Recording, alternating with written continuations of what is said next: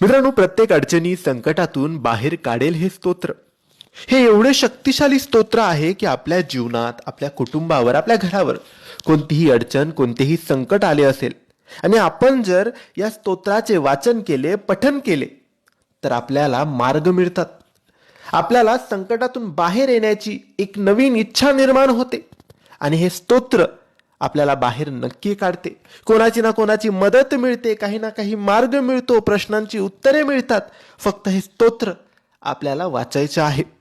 जर तुमच्याही आयुष्यात, जीवनात संकट, अडचणी असतील, समस्या असतील, तर हे स्तोत्र नक्की वाचा.